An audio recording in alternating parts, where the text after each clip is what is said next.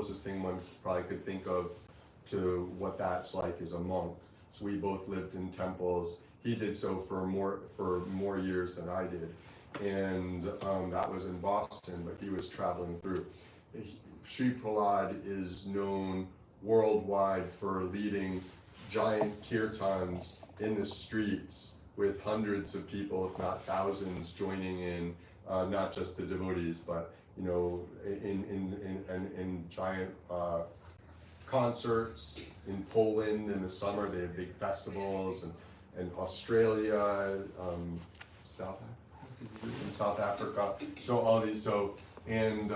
Then since those days when he was a brahmachari like me, since then, like I did, he also married, and his wife is a doctor here in New York, and he's a professor at Manhattan University, and in business organizational stuff. Yeah, I'm not so good at remembering that ever. So I think we can begin now, and during the class there will be time for questions or comments, and Sri Prahlada would, at his discretion, prompt that. So shall I give it to you, and then I'll take them about.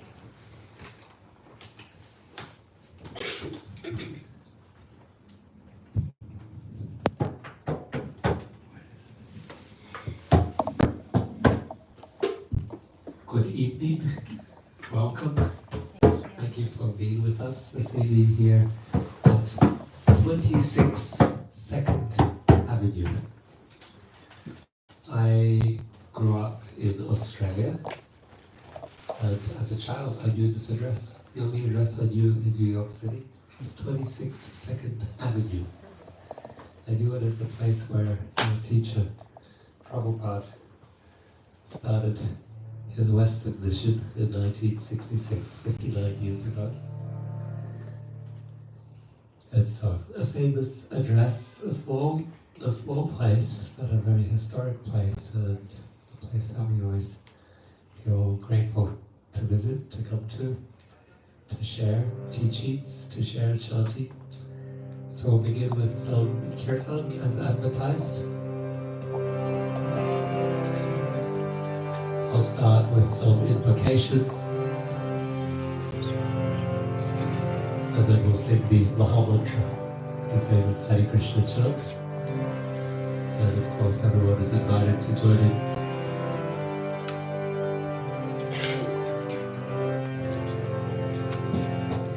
In the chanting, you're invited to try to remember, to hear.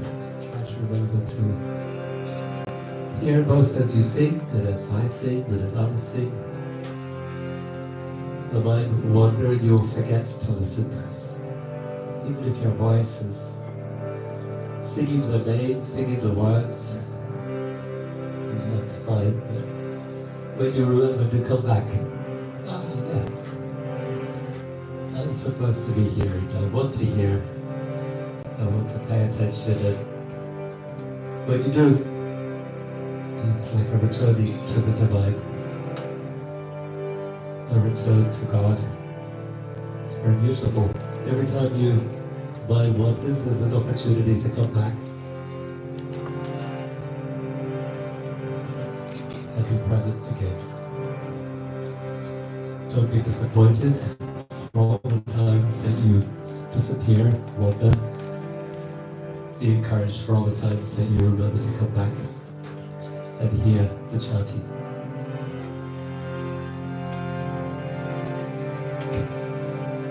So first, some preliminary invocations. We sing some prayers of gratitude to the teachers that have gone before us. And then we'll sing the Mahamantra.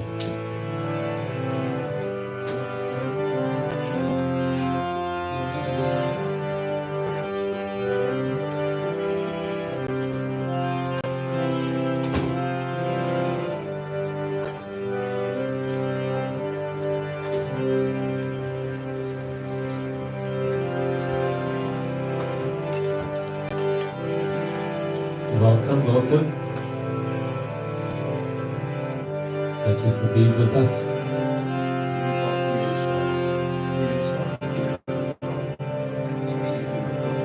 Gurishwar, look forward. We have a little saver for you.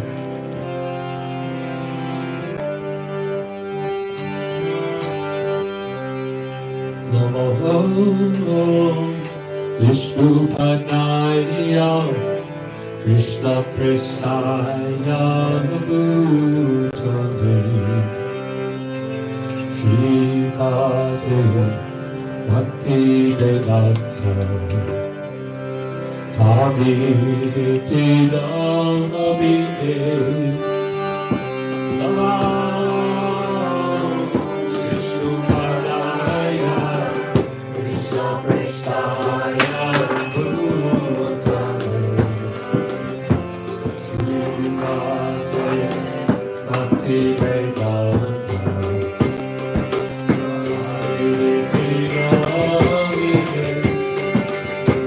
Namaste, Saraswati Deve, Gauravani Prasade,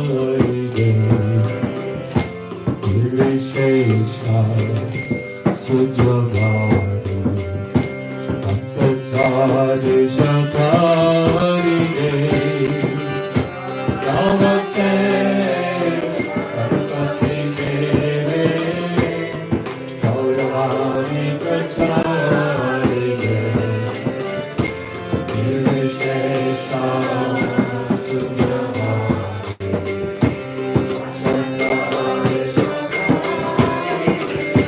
Jai Shri Krishna Chaitanya Prabhu Nityananda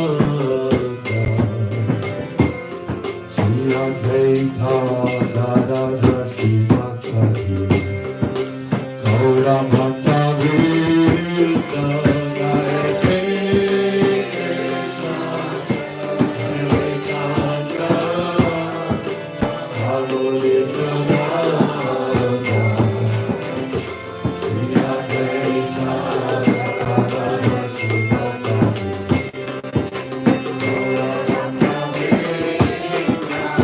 Hare Shri Krishna Chaitanya Prabhu Nityananda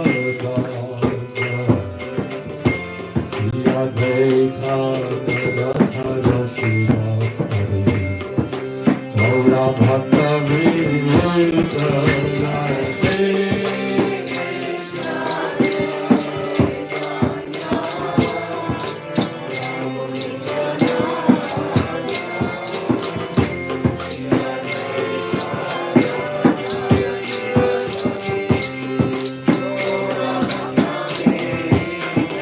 Jai Shri Krishna Chaitanya Prabhu Nityananda Shri Advaita Gadadhara Srivasadi Gaura Bhakta Vrinda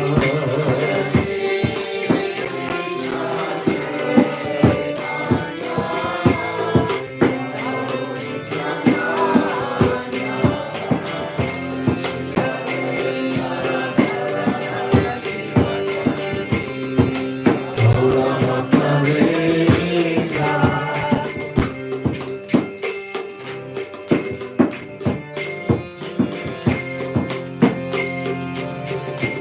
So we sing the Prahlada mantra. This is the famous Hare Krishna chant. Just 3 days.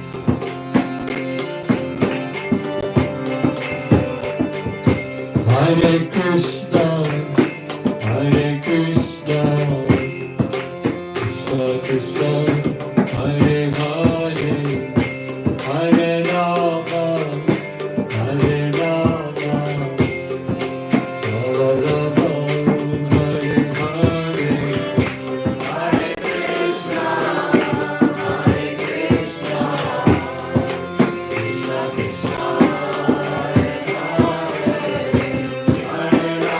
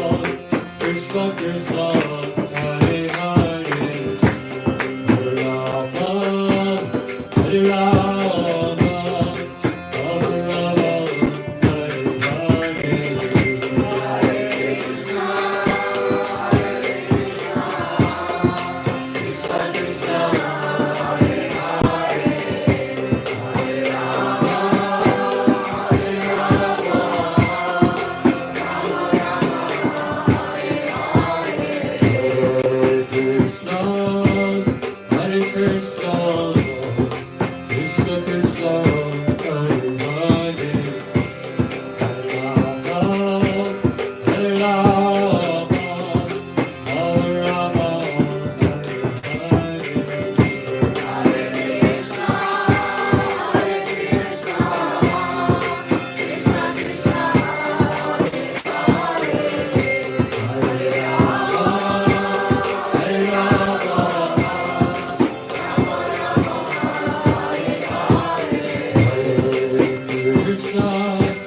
Hare Krishna, Krishna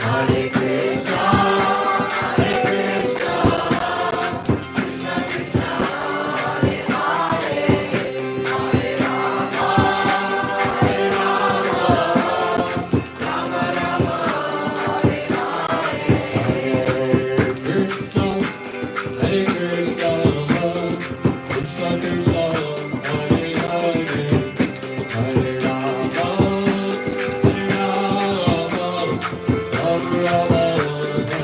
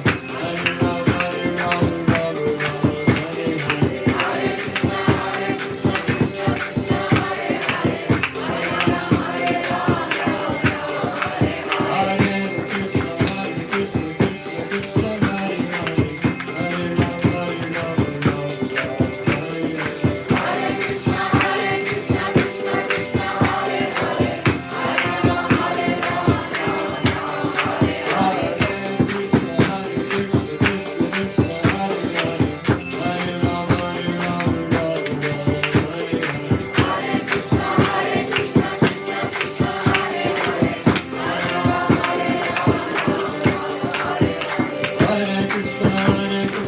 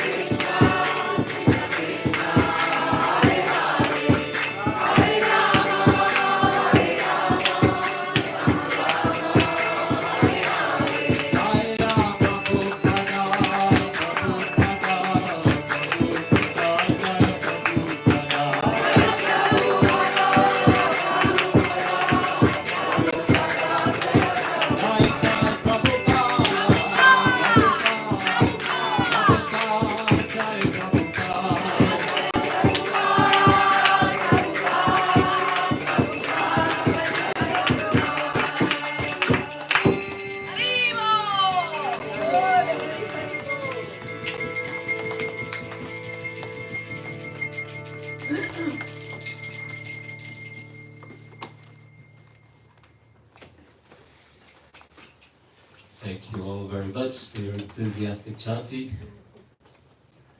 We will now discuss a verse from the Bhagavad Gita.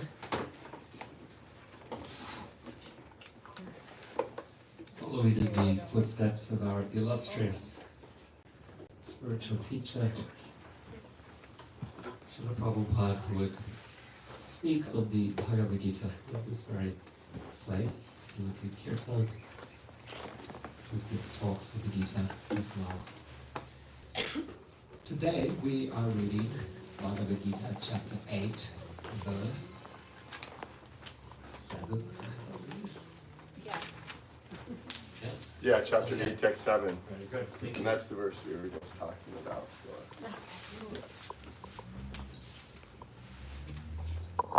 So if you have... Great. If you don't have a book, you might take out your phone. You can find the verse there as well. On Vedabase. Shasha, do you want to tell us how to find the... Vedabase.io. Vedabase.io. VEDABASE.io. Vedabase, like the Vedas, and then this is a Veda database. So Vedabase.io.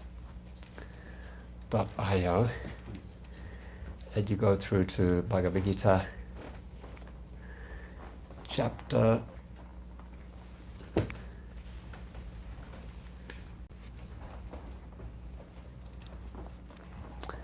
7, verse 8.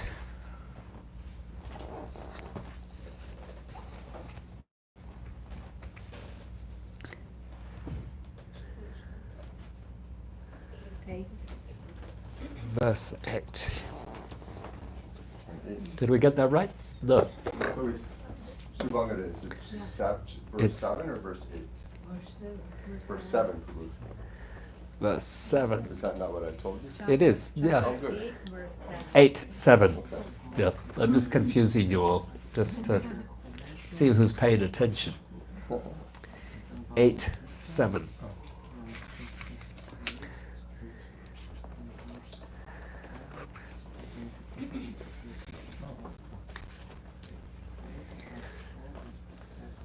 Did you get it? Yeah. Double checking. 8, 7. Yeah, excellent.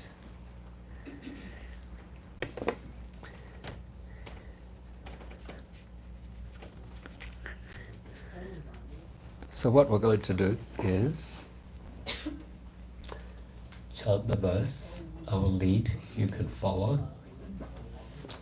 And we'll read the translation and commentary. Tasmat sarveshu kaleshu mam anusmarayudyacha mayarpita mano buddhir mam evasyasya samsaya.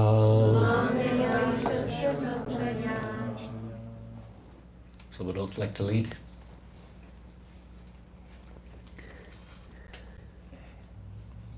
Tasmat sarveshu kaleshu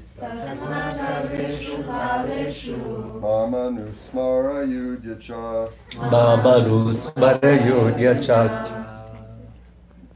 maya pita mano buddhir mayarpita mano buddhir mam evasyasya samsaya.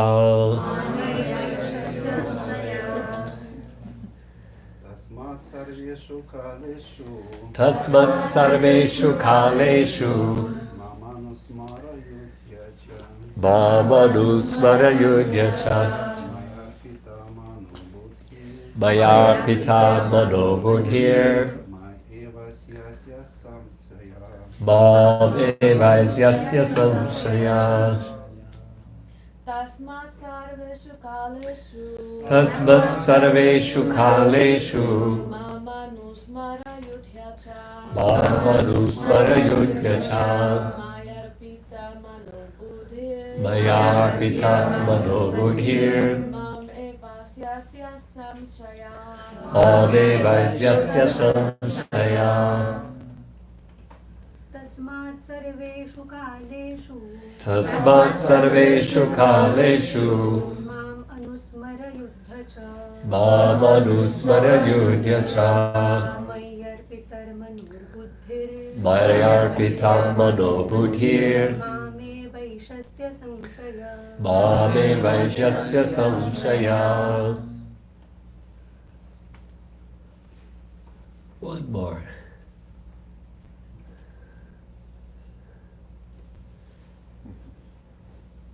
Someone who's thinking, oh, I'd really like to chant that, but I'm a little shy.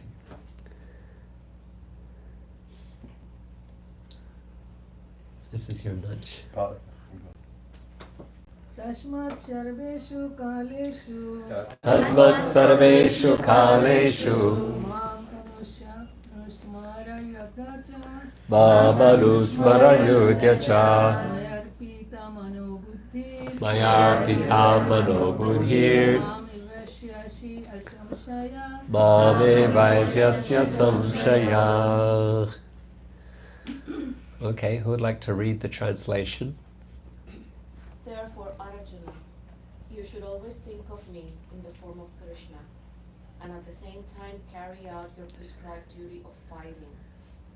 With your activities dedicated to me, and your mind and intelligence fixed on me, you will attain me without doubt. Purport by Srila Prabhupada. Two sentences at a time. We could share the reading.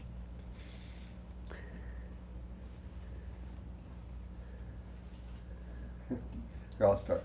The instruction to Arjuna is very important for all men engaged in material activities. The Lord does not say that one should give up his prescribed duties or engagements. One can continue them and at the same time think of Krishna by chanting Hare Krishna. This will free one from material contamination and engage the mind and intelligence in Krishna. By chanting Krishna's name, one will be transferred to the supreme planet, Krishna Loka, without a doubt. Thank you. Thank you all. Very beautiful verse from the Gita, a very famous verse from the Gita. Krishna telling Arjuna how to live a spiritual life while being engaged with the world. How to bring the transcendent into the mundane by a change of consciousness or attitude or purpose, dedication, devotion. Often the assumption is that because material life is active and engaging of the mind and senses, spiritual life, we could conclude logically, rationally, must be the opposite, inactive, disengaged. Material life active, engaged, spiritual life, we might infer, inactive, disengaged. Particularly considering that active engagement in the world generates reactions, generates karma, both positive and negative, both that bring reactions, that some bring happiness, and the fruits of your hard work, your efforts, your endeavors, your goals, you achieve something, so you might say good reactions. But then along the way we also generate negative reactions as well, due to the inevitable harm that might also be generated in different ways, destruction of the environment, as we take resources and transform those into some kind of product, or as we offer our service, inevitably we're also taking resources from the environment, that's causing some negative karmic reaction. So even if our intention is only to produce positive effects, concomitantly, inevitably, there is a negative reaction as well. And so therefore, a conclusion might be engagement with the world, it produces karma. That's material action, spiritual action, disengagement with the world, and not producing karma, not causing karma. Therefore, some, they will go to as a recluse, they will retreat from the world to a forest sanctuary, to a mountain cave, and try to practice disengagement, non-engagement, non-work. You might, in Sanskrit, it would be akarma, non-action, non-reaction, non-work.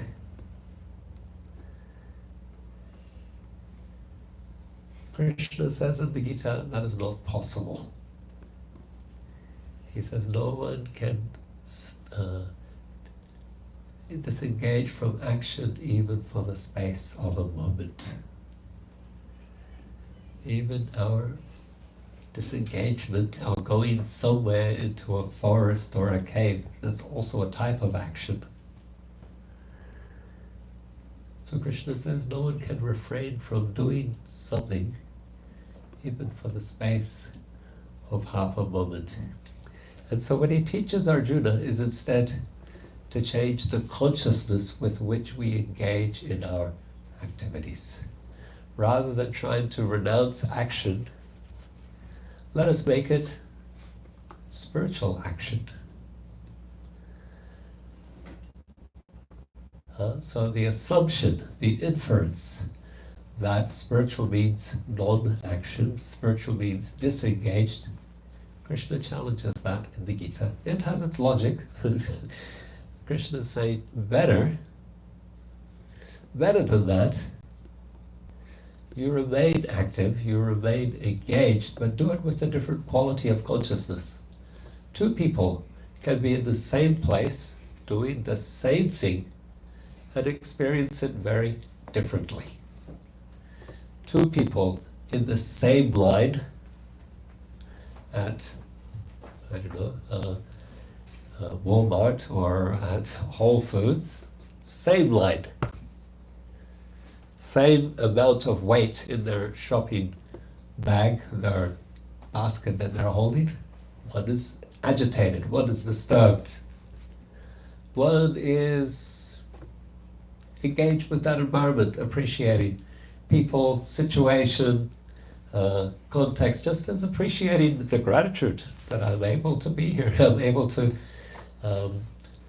afford to take these things, that there is such a bounty and abundance. What blessings do I have here? Same situation, same context, very different experience of it. Why? What's the difference? We would say consciousness or attitude.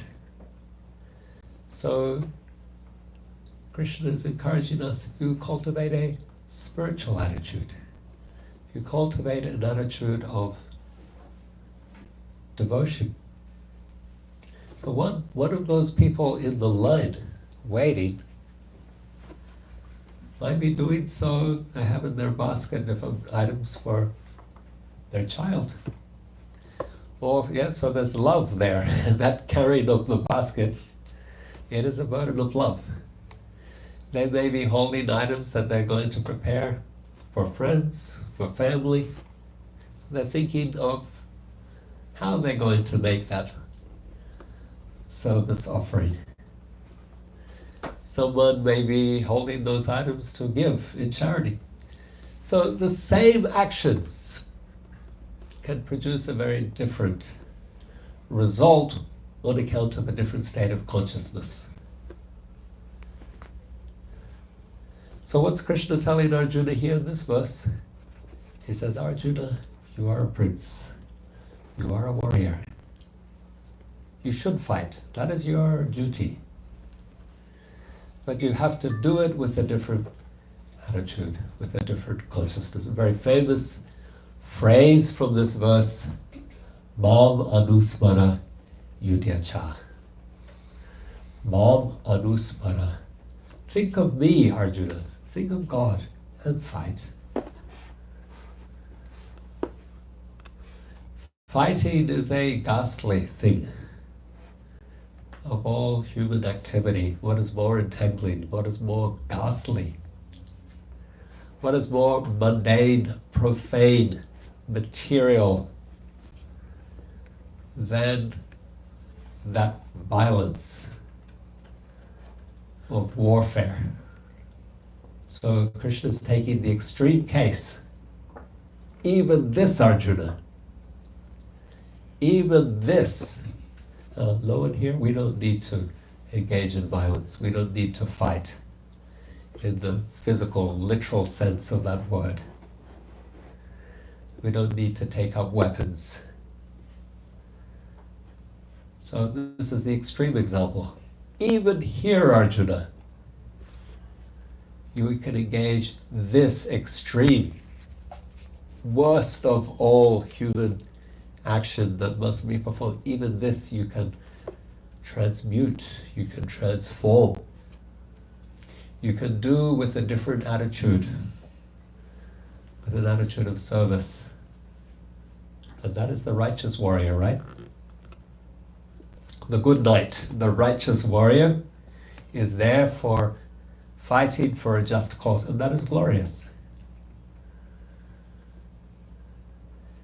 And then the opposite of the righteous warrior, the just knight, the dark knight, who's there because of greed, who's there because of a desire for domination, control, power.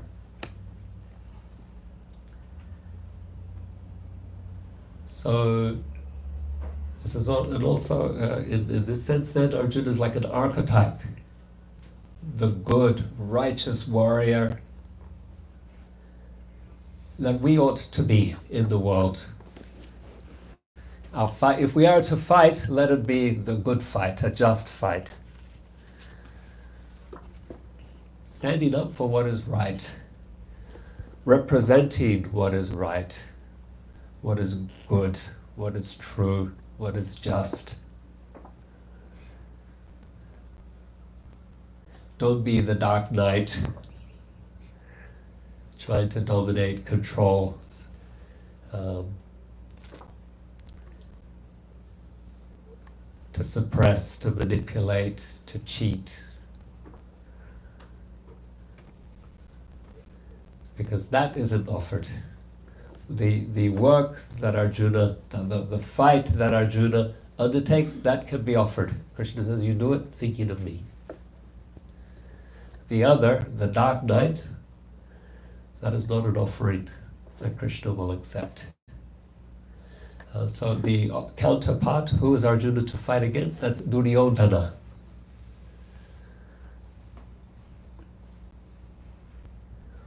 Duryodhana. They are two warriors. They are two brothers, two cousins. They are on the same battlefield in Kurukshetra. You can visit Kurukshetra to this day. There are many pilgrimage places in that area. I was there in November with a group of maybe 250, 300 pilgrims from around the world. So you can visit. The first verse of the Gita says, Dharma Kshetre Kurukshetra. When they assembled at the place of Dharma, that holy place called Kurukshetra, to fight, what did they do? So both are there. Arjuna is there, Duryodhana is there. They're engaging in the same activity, but one is virtuous, the other is not.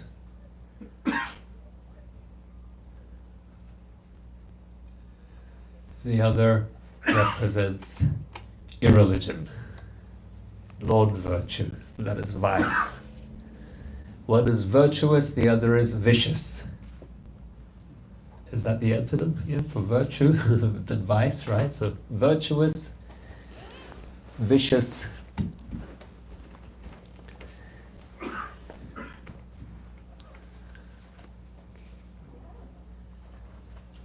One is relying on spiritual, wanting to protect spiritual values, also relying on spiritual grace or divine grace. The good knight, Arjuna. The other, the dark knight, Duryodhana, there because of greed, he has tried to lead a coup, basically, to take the kingdom by force, by trickery, by murder, now by violence on a mass scale.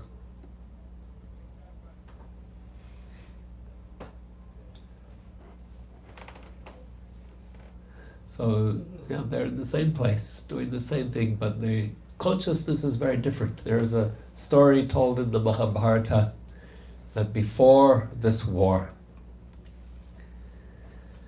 both Duryodhana and Arjuna went to Krishna in Dwaraka.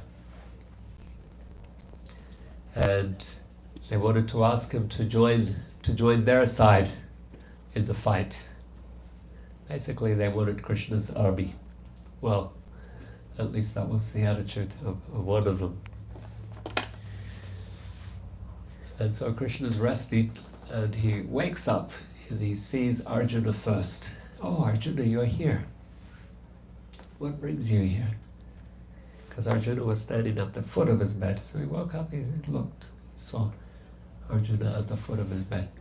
And then Duryodhana, he was standing at the head of the bed, and he said, I was here first! I was here first. I came before Arjuna. And Krishna said, Duryodhana, didn't see you standing behind me there at the head of my bed.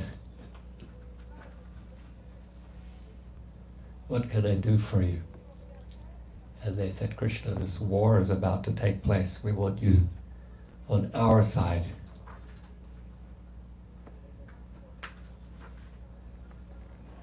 So Krishna, he said, one of you will get me, one of you will get my army. Arjuna, I saw you first, so I'll let you choose.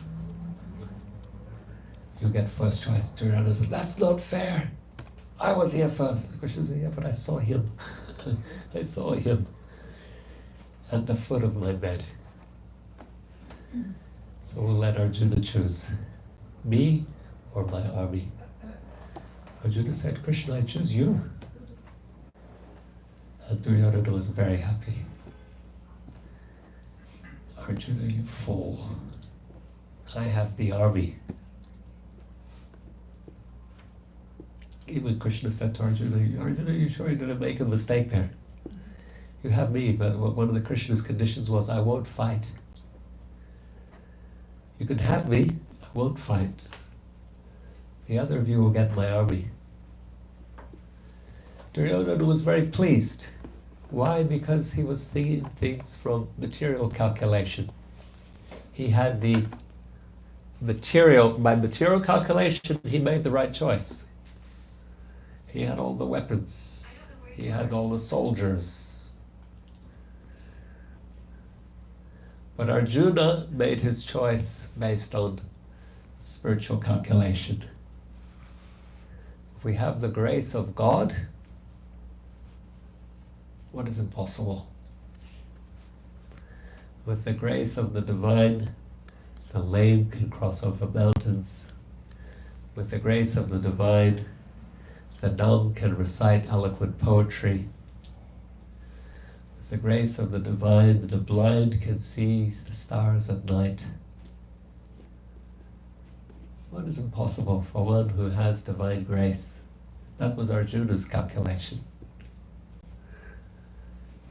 So each left very pleased with their choice.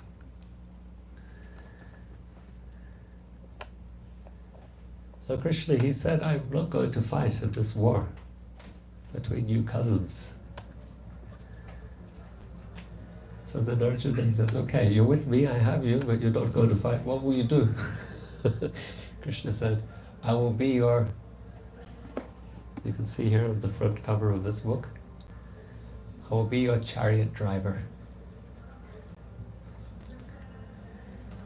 Not a glamorous job to be someone's driver.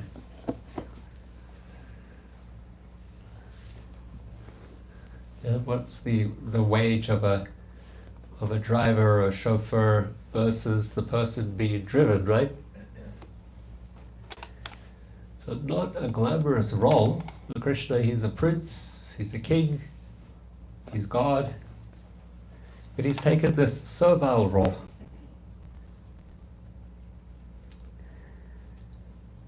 He's taken a servile role. Why? Because of love. He loves his devotee. Arjuna chose him. Every day we get to choose. Are we making the material calculation and choosing stuff? Or are we choosing Krishna? Arjuna, he had that choice. The army, he needed the army for this war, that was inevitably approaching. He'd done everything he could to avert it, but there it was. But he chose Krishna. And Krishna feels obliged. Okay, Arjuna, I will be your chariot driver. As you face your foe, I'll be there between you and any weapon that's fired your way. As you face different obstacles, I'll be there to guide you, to counsel you. As you face doubts and you're unsure of what to do, I'll be there. You can ask me anything. I will be your driver, taking direction from you. Tell me where you want to go, I will help you. I'll take you there. That's Krishna's love, when we choose him. So Arjuna has to be there as well. Krishna's there to drive his chariot. He also has to show up with his bow and arrows. Krishna said, Mam anusmara yudhishta, you be here and fight. Think of me, remember me, I'm with you. That's the spiritual consciousness. Every day, when you get up, think of Krishna. Every day when you have your breakfast, every day when you step out the door, every day when you go to work, when you're on the bus or the train. Mam anusmara yudhyacha. You're there doing your duty, showing up as a teacher, as a lawyer, as a driver, as a whatever it is you do. As a doctor, as a therapist, as a nurse. Om anusmara yudhyacha. You're there with a spiritual consciousness. Other people are there as well. Other people, the same job, showing up in the same place, the same time. But you're in spiritual consciousness. That's the difference. Everyone's standing in line at Walmart or Whole Foods, but they're not all having the same experience. Based on their consciousness, different experiences. Everyone in your workplace showing up is not having the same experience, because not everyone knows Mam anusmara yudhyacha. Be here, think of me. Think of me in all that you do. Yat kuroshi rajnasi yashuhosi darasya yat tapasyasi konteya tat kurushva mad arpana. All that you do, all that you eat, all that you offer, all that you give away, whatever austerities or penance or charity you might perform, do it as an offering of love to Krishna. And then there's a promise. This is not one way. There's a concordant. You do this, I'll be with you as your charioteer, and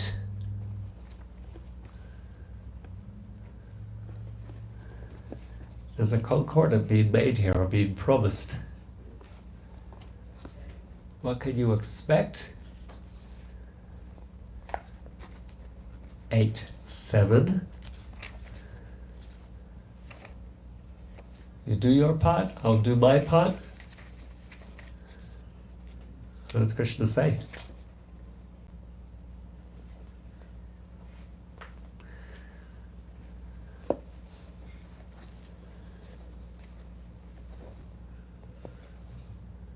Julie, I know you want to tell us. Okay, what? Mirta. What Mirta. Mirta, What did I do? do you want to tell us what Krishna is promising here at the end of this verse? Oh dear, I've been writing all this. With all your activities dedicated to me and your mind and intelligence, you will attain me without doubt. You will attain me. That's the promise. When you do this, when your activities are dedicated to me, so two things. Dedicate your activity to me, and your mind and intelligence fixed on me. There's a few things here. To have your mind fixed on Krishna, your intelligence fixed on Krishna. That's more advanced. Otherwise, you start just by dedicating. Dedicating means, Krishna, this is for you. I dedicate this song to my mom. I dedicate this song to my brother. I dedicate this song to my best friend from high school. We could dedicate something to somebody. Krishna said, dedicate it to me.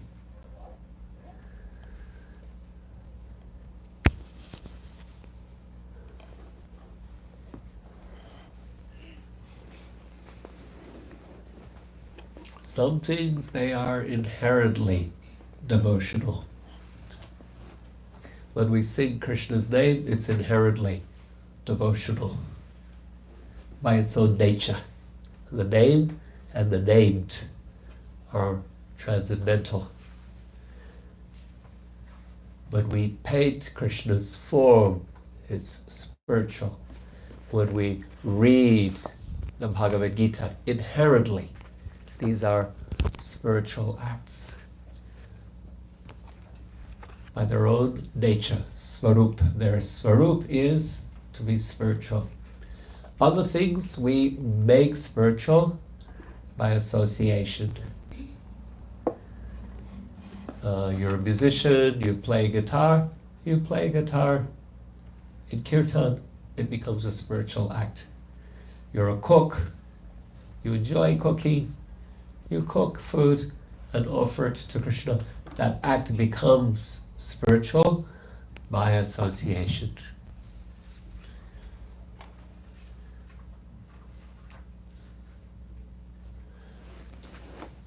So that's Sangha.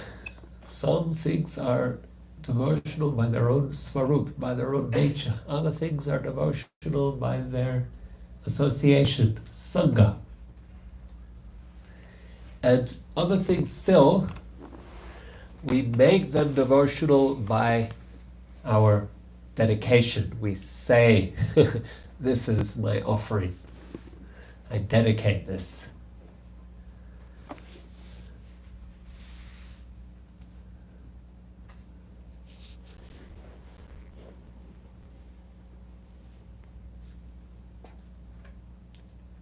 And so Krishna says, dedicate.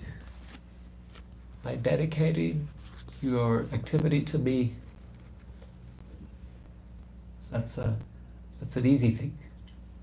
Otherwise, by practice, we also learn to fix our mind and intelligence in Krishna. And then his promise is, you'll be with me, you'll come to me. I will be with you, like he's with Arjuna, driving his chariot. I will be with you. You fix your mind in me, if you dedicate your activity to me, I will be there. And at the end of a life lived this way, you will come to me. Maya pita manobudhir mam evaisyasya samshaya. With your activities dedicated to me and your mind and intelligence fixed in me, you will attain me without fail. So this is the Gita's approach to spiritual life. It's very practical. It's not a vague thing. It's not something entirely abstract. It's very practical. Everyone can apply this. Any age, any situation, any type of social position, we can apply this. And we will get this result that is being promised here. You will come to me. Otherwise, where does the soul go at the time of death? Reborn in the material world. That is the teaching of the Gita. The soul will continue in the cycle of samsara. So long as we are attached to this material nature, we come back to live the karmas or the fruits of the karmas that we have created in this life. They afford us a new body. But when we return to Krishna, having lived a life dedicated to him, with mind fixed in him, there's no rebirth in the material world. We're transferred to the spiritual sky. So this is something very beautiful, very practical. It's not all on you. Krishna will help. Krishna helps Arjuna. He drives his chariot. You make the effort. You choose Krishna. Choose Krishna, the spiritual calculation over the material calculation. He'll be there. He'll drive your chariot. He'll help you to dedicate, to fix your mind. He'll help you to come to him. So we'll conclude. Are there any reflections, comments, questions, insights? Yes. Hi, Hare Krishna. Thank you for sharing this with. This is a wonderful lecture you gave today, and it resonates with me a lot. And it's a promise that that he has given all of us, not just Arjuna. Yeah. And Thank you. I'm just so glad that he did. And I have shared this with Stubi, I have shared this with Atma and some other of the devotees. My wish, is to one day, I'm a flamenco dance student. Uh-huh. And my wish is to one day dedicate flamenco dancing to Lord Krishna in Uh-huh. the temple. Yeah. And I'm hoping that, just as he promised Arjuna, if I continue in his path, that one day that I can dance for him, Yeah.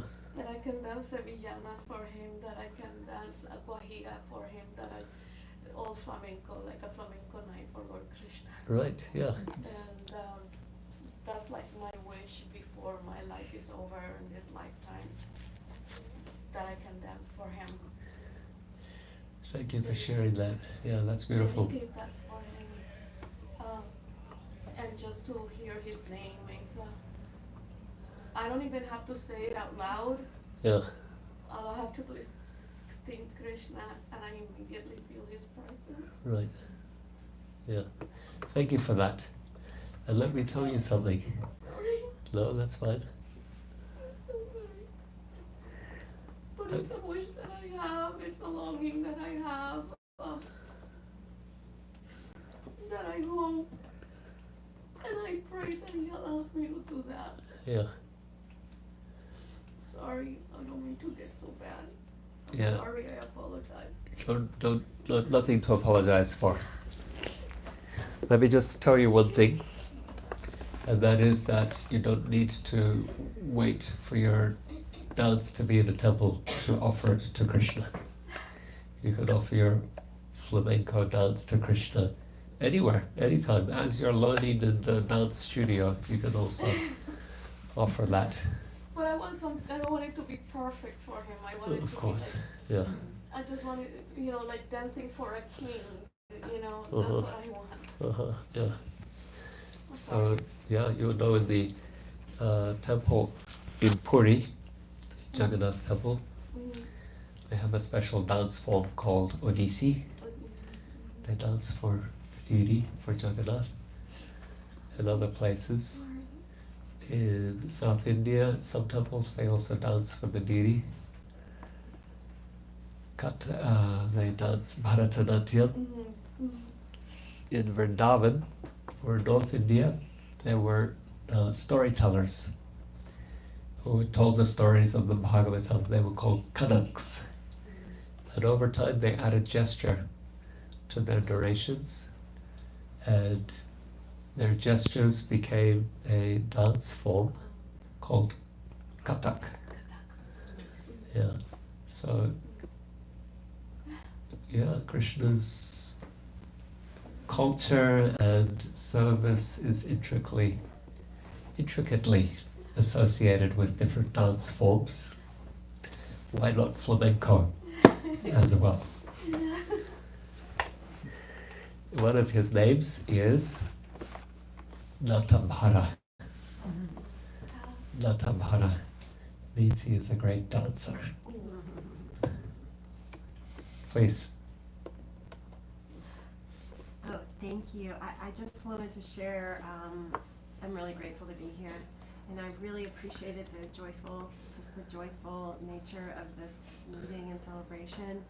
And just reflecting on the reading, to say, and that, and also hearing this share, that I know sometimes when in times of trouble, it's easier, like Arjuna was in strife, and it's Yeah. easier to call on the divine than, Right. and it's helpful to be here and sort of have this broad experience of joy too, and remember that it's important for me to remember to call on the divine in joyous times. Yeah, too. wonderful. Yes. In health and in sickness, in good days and happy days and sad days, we call out to the divine. But you're right, there are few atheists on the front line of the battlefield. When life becomes most intense, we become believers. That's something that, a phenomenon that is reported.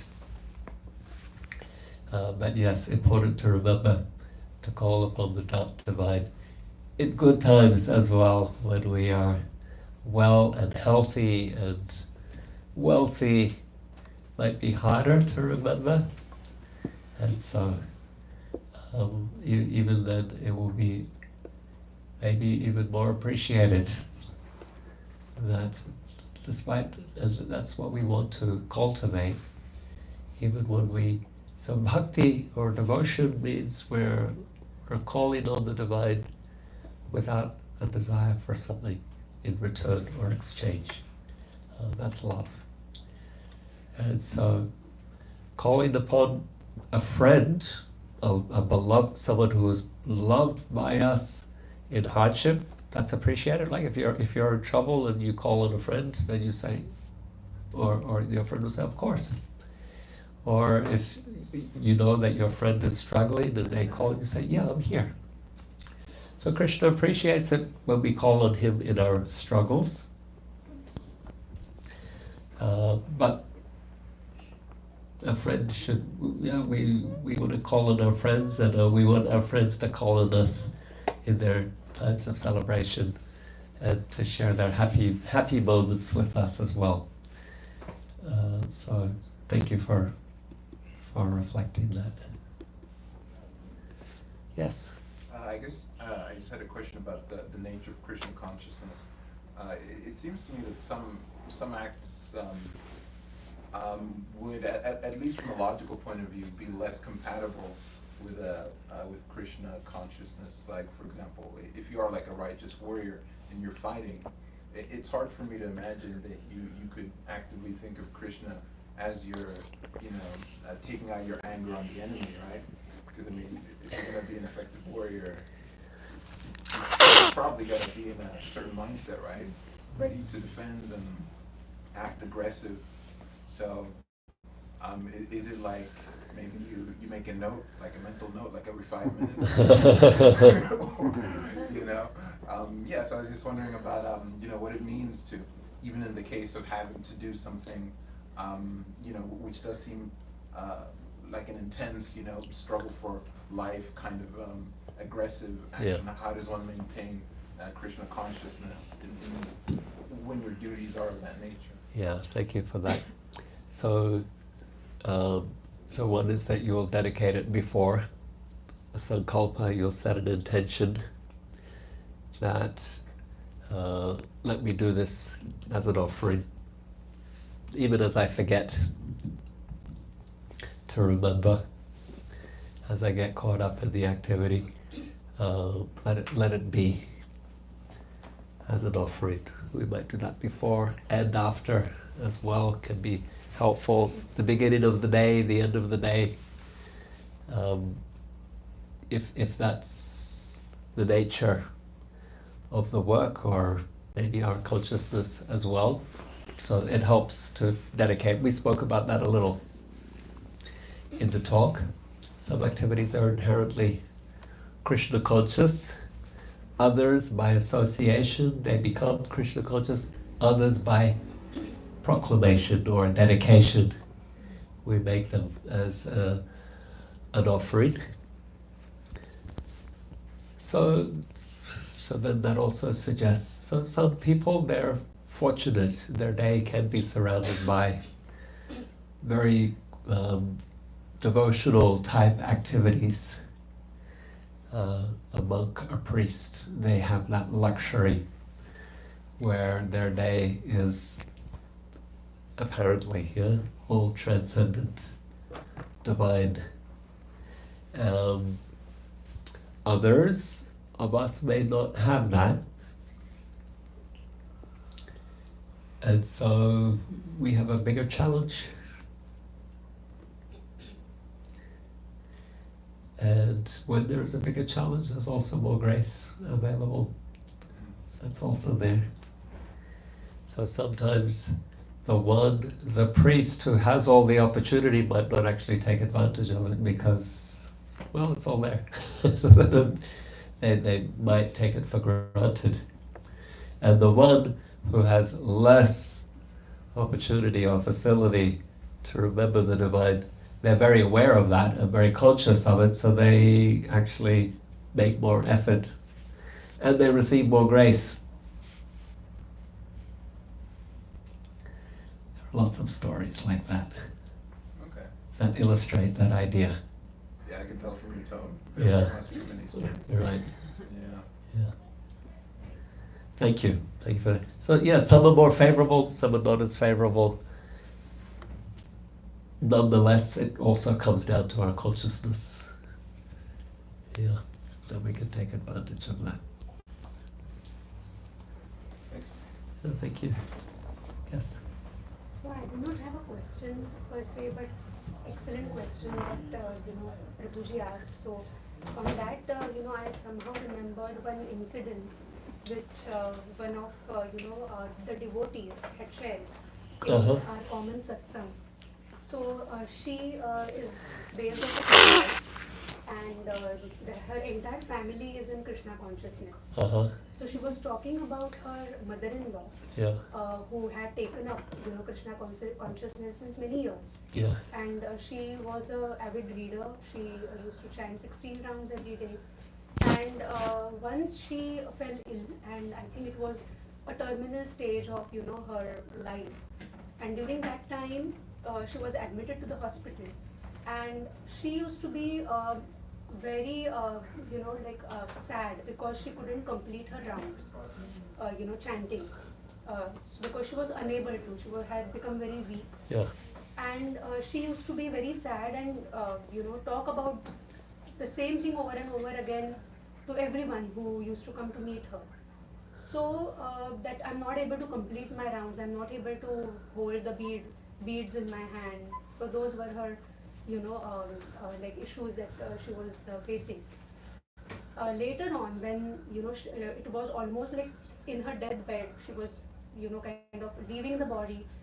That time, this devotee, friend of mine, she heard that she was constantly, chanting Uh-huh. in that, I don't know, subconsciousness, Yeah. or I don't know what to Yeah. say, like which state she was. Yeah. So I think the remembrance here is the most important, because it's not about, we are towards the fag end of our life and we should start remembering.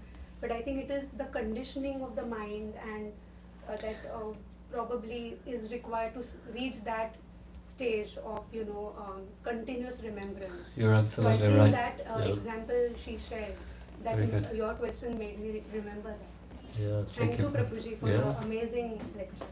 Thank so you. much. Thank you for sharing that. Beautiful example. And so what's being offered is that at some point when we engage in the practices, in the regular practice of dedicating our intention to remember Krishna, to serve, and having to practice particularly of chanting, we have a japa. We have kirtan as a way of chanting. We also have a practice called japa. Japa meditation. So many of us walk around with our head in a bag, and sometimes the bag hangs around the neck like this, and you think, what's wrong with his head? Did he injure his head? Hanging in a sling? Look, this mysterious bag has beads inside. There are 108 beads on this strand, and on these 108 beads we chant a mantra that you are all familiar with in one way or another, because we were singing it earlier. So it goes like this. We can chant together. Let's see, we can chant 8 mantras together, all right?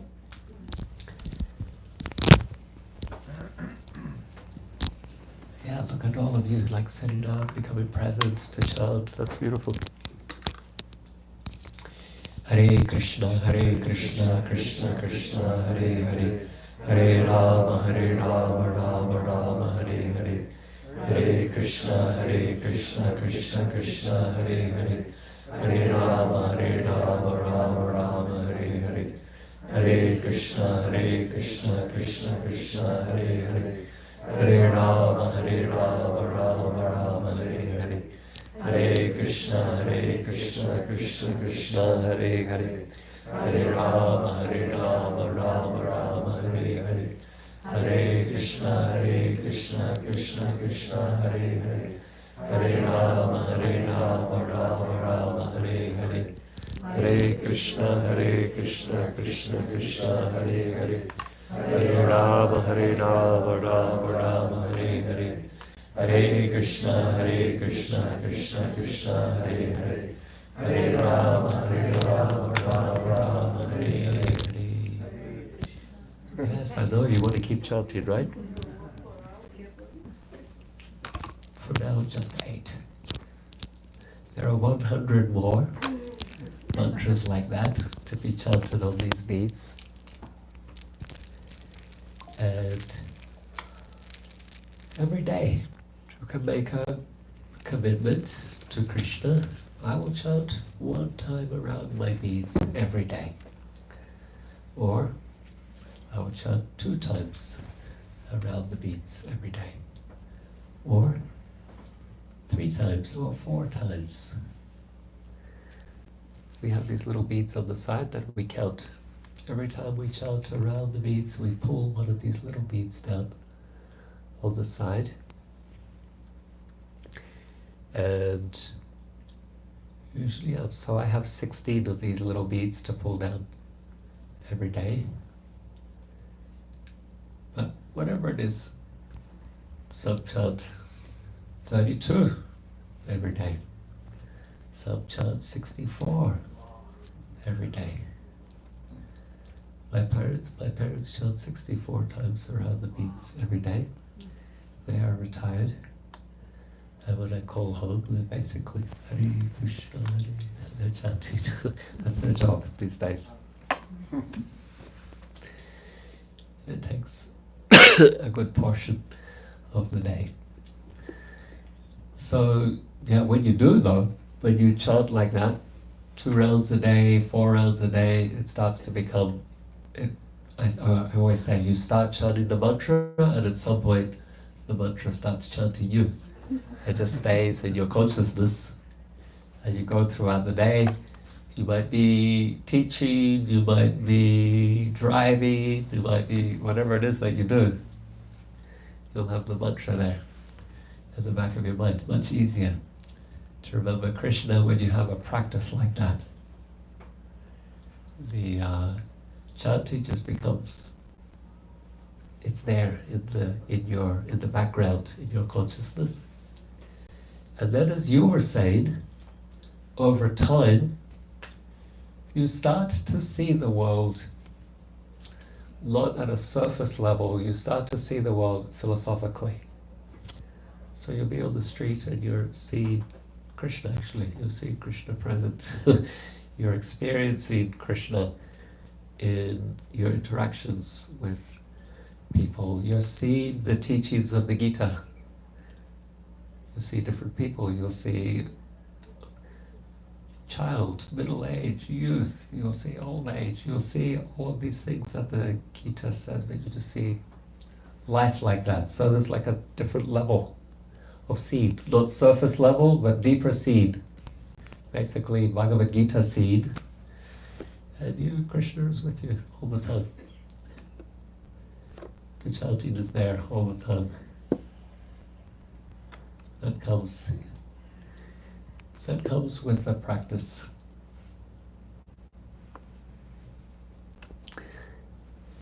Any other comments, reflections from this beautiful verse? Abhidhi Vedana told me my favorite verse.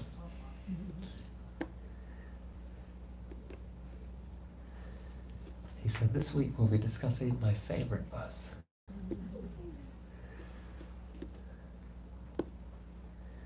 The verses themselves are like jewels that the devotees collect. This verse, that verse. Yes.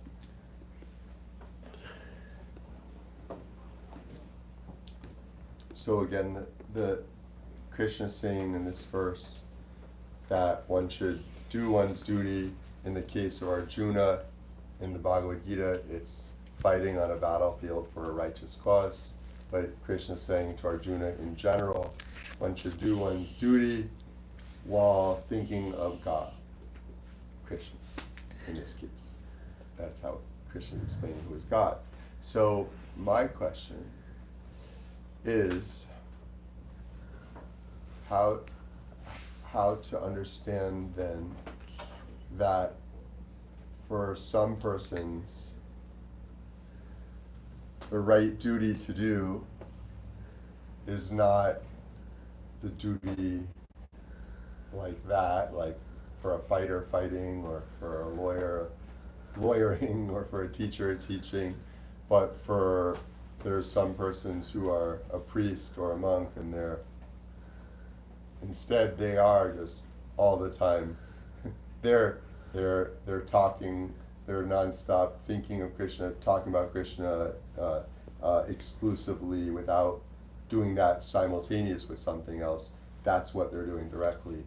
In some Christian traditions, you have some in some Christian traditions the priests must, they're not married, and they're supposed to be fully focused on God.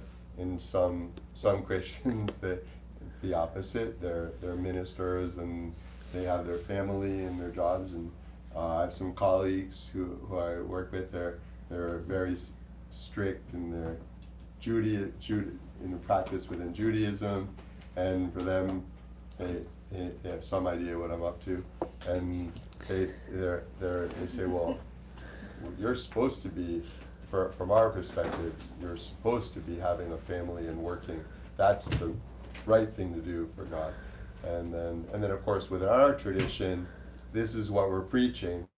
And then yet at the same time, for some years, I said in our introduction, you and I were both living in the temple, and I stopped going to school for some time anyway, and I was fully a student and also like a practitioner and teacher of this. And then we have a Murti or statue, or you could say of Srila Prabhupada behind us here.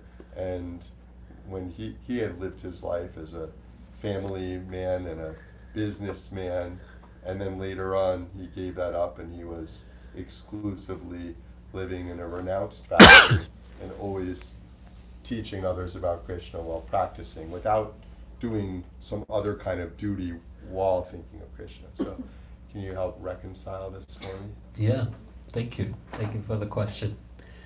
So the first thing I'll say is this: whatever your social position in life, you can live with Krishna. You can receive Krishna's full blessings and grace. Whomever you are, wherever you are, whichever body you're in, male, female, young, old, whichever race, whichever social stage in life, whether married, unmarried, divorced, whatever occupation one may have. These are all material considerations, and what we are discussing is the relationship between the soul and Krishna.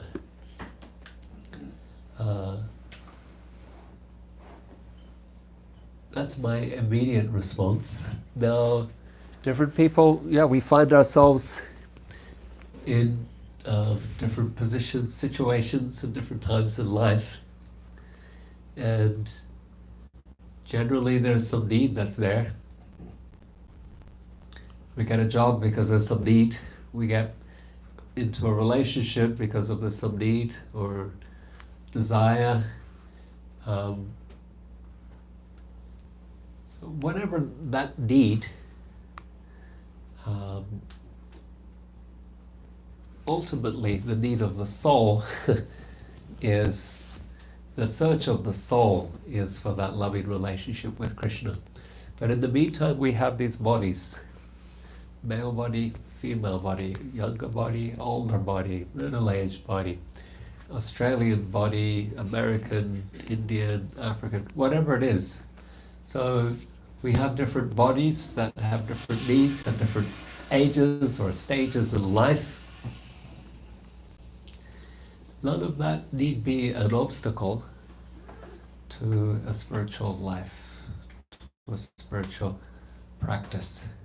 Then why become a monk? You ask, you and I were monks, why are we married? So the Vedic teaching, or the Vedic ideal, describes 4 stages in life. The student monk, a period of life from 5 to around 25, where one studies the teachings, serves the teacher, the guru, learns the philosophy, the teachings, learns humility, service. And then there's a period of life of householder, family life. And once having been trained with the ideal, the ideal Vedic model, a period of life of training, and then a period of life where one takes responsibilities as a family person, and fulfills those needs, but also duties to one's own family, responsibilities there. And then later in life, retirement, that's normal, people do that. They retire from an active working life, an active life of trying to accumulate and build resources, generate resources for a family. There's a withdrawal from that. And in the Vedic ideal, that's a time to return to a more focused spiritual practice. So the student should have a period of life where they spend time training as a monk. Even in Thailand and Cambodia and these other Buddhist countries, Bhutan, they have this practice as well. Children will have some years in a monastery. They have some training as a monk. They learn they learn language like reading, writing, arithmetic, and so on. But they also learn spiritual values, character, and then there's going out into the world as a family person, and then retirement, and then for some, that retirement may also lead to their becoming a monk again as a teacher, a wise person who's lived a life, seen the world, experienced life. Then they share that as a sannyasi monk. That's what Prabhupada did. He went through those stages. You and I, we might say, are going through those stages, which whether we complete 4 or 3 or 2, who knows? But so Krishna's accommodating different needs and giving us a framework to think about our life. There's a period of time for study, for learning. There's a period of time for contribution, engagement in the world. There's a period of time for withdrawal, a return to more focused spiritual practice, and then possibly sharing that wisdom with others as well. That's a general ideal framework, but the ideal doesn't always map with the real. You hold it there, it's a framework, it can be helpful, but don't let that framework become an obstacle. Oh no, I'm not a proper this or that, I'm not in the right stage at the right time of life. No, the main thing is that we cultivate consciousness of Krishna, devotion for Krishna, wherever we are. Don't let that framework be an excuse. And I think that's something very beautiful in this teaching, that it's just really, that framework is there to just say, whoever you are, wherever you are, there's a place for you. There's opportunity for you. Yeah, thank you. You get the last, again, comment, question. Thank you. I'm going to record this because it's a question from my aunt. Okay. My mom, Yanni's sister, last time we had a discussion. Yeah. And she asked the question, when did the Hare Krishna begin? When Hare Krishna actually begins? I told her from beginning of time. And remember Brahma used to meditate upon Krishna, Shiva used to meditate upon Ram. And Prabhupada said this Hare Krishna Maha Mantra was imported from the spiritual world. Right. Right? Everybody disagrees with me. Uh-huh. Can you help me answer this question? Okay. Thank you. So you're asking specifically about the Maha Mantra. Well, they say, when did the Hare Krishna start? Okay. When Hare Krishna starts. Okay. So the Gita, Krishna gives the history of the Bhagavad Gita. Chapter 4, verse 1 Krishna says, anyone wants to look it up, you can. Chapter 4, verse 1, Krishna says, Imam vivaspati yogam praktavanahamam yayam vivishvan manave praha manurikshvakave bravit. At the beginning of time, I taught this imperishable knowledge, Imam vivaspati yogam, to the sun god, the ruler of the sun, Vivishvan.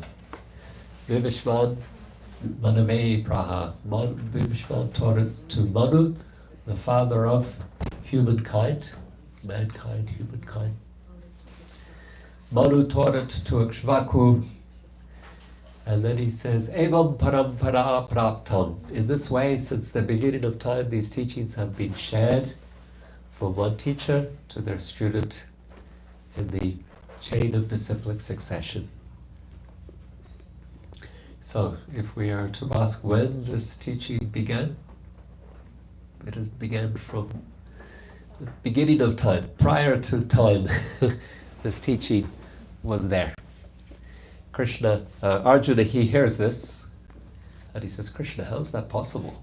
You're standing here talking to me. How is it that you were there before creation? And Krishna says to Arjuna, Janma karma chame divyam evam yo veti tattvata chaptva deha punar janma naiti mamati sarjuna. One who knows that my appearance in this world is transcendental. One who knows that my appearance is transcendental, it is divya. It is done by my own choice. I'm choosing to come to this world to deliver the pious, to establish dharma. Such a person Tattvadeha Punarjana won't take birth again in the material nature, but will come to me, another one of those promises. Tattvadeha Punarjanma Naiti Mameti Sarjuna. They won't take birth again. If you know that Krishna's birth is transcendental, you will not need to take birth again in the material world. So then he describes his purpose. Yada yada hi dharmasya glanir bhavati bharta. I appear millennium after millennium. Through the ages I've made many appearances, and my purpose is always to establish dharma, to protect the pious, to chastise miscreants. So when did it begin? Krishna is telling us. He has existed since time. He has appeared in this world by his own will, through the ages, time after time, sometimes coming personally. Prabhupada's commentary there is very beautiful. He says sometimes Krishna comes personally, sometimes he sends representatives. He'll send his son, he'll send his prophet, he will send some other guru, teacher to represent him. Otherwise he's coming personally through the ages. So there's no question of when Krishna begins. There's a beginning for us, July 12th, 1983, whatever your birth date. But for Krishna, there is no such beginning. He's making appearances by his own will and sharing this eternal knowledge, this eternal teaching. And his name, Krishna, is always there. Krishna means all attractive. We have some quality of attraction that draw us to one another, a magnetism, whether it's intelligence or beauty or strength or wealth or fame. Krishna has all of that unlimitedly. He is unlimitedly attractive, and in fact it is the Krishna for whom the heart is always searching and longing. So that is an eternal name. So since eternity, the all-attractive Lord has been called to with song, with mantra. So Hare Krishna, Krishna Krishna, Hare Hare, Hare Rama, Rama Rama, Hare Hare. These are eternal names. They are maybe revealed at different times by different teachers, like 59 years ago. Prabhupada revealed that mantra in America. Not that the mantra didn't exist before. Long before there were people doing kirtan with the Maha Mantra in India, but in 59 years ago here, Prabhupada revealed the mantra. Similarly, at different times, different teachers, they reveal a mantra that is already long and existent. So Chaitanya Mahaprabhu, he reveals it 500 years ago. But before that, Kali Santana Upanishad gives us that mantra. And what is the Kali Santana Upanishad doing? It's telling us a story. Long ago, Bhrigu approached his, Narad approached his father Brahma and said, how will people in Kali Yuga be delivered? And Brahma spoke this mantra. So Upanishads are ancient texts. Kali Santana Upanishad is telling us of an older story of Brahma giving this mantra to Narad. But the Brahma isn't creating the mantra, he's telling Narad of a mantra that exists. So like this, you can trace the history. Thank you. Haribol, we will conclude there. We'll have a little more chanting, right? Yeah. And then we'll have some dinner.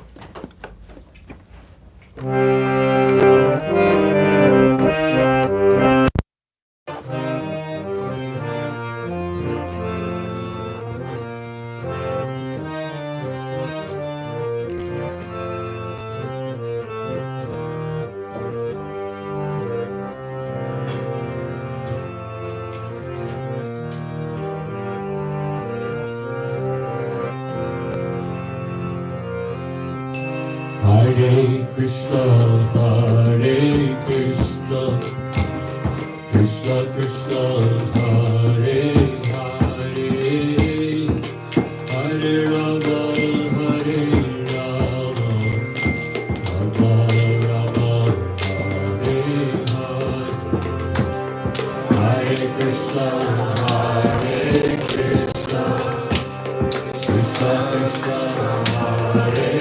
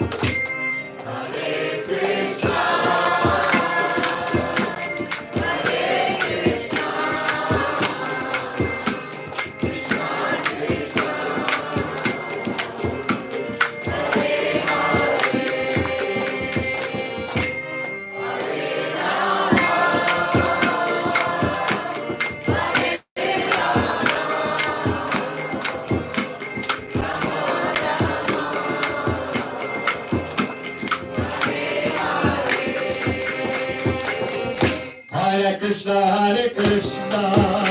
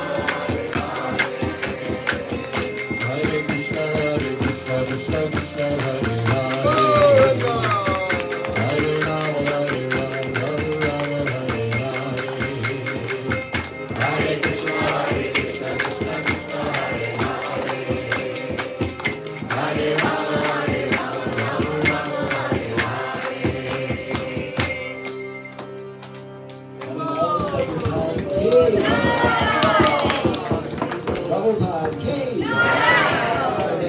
Sarinda King.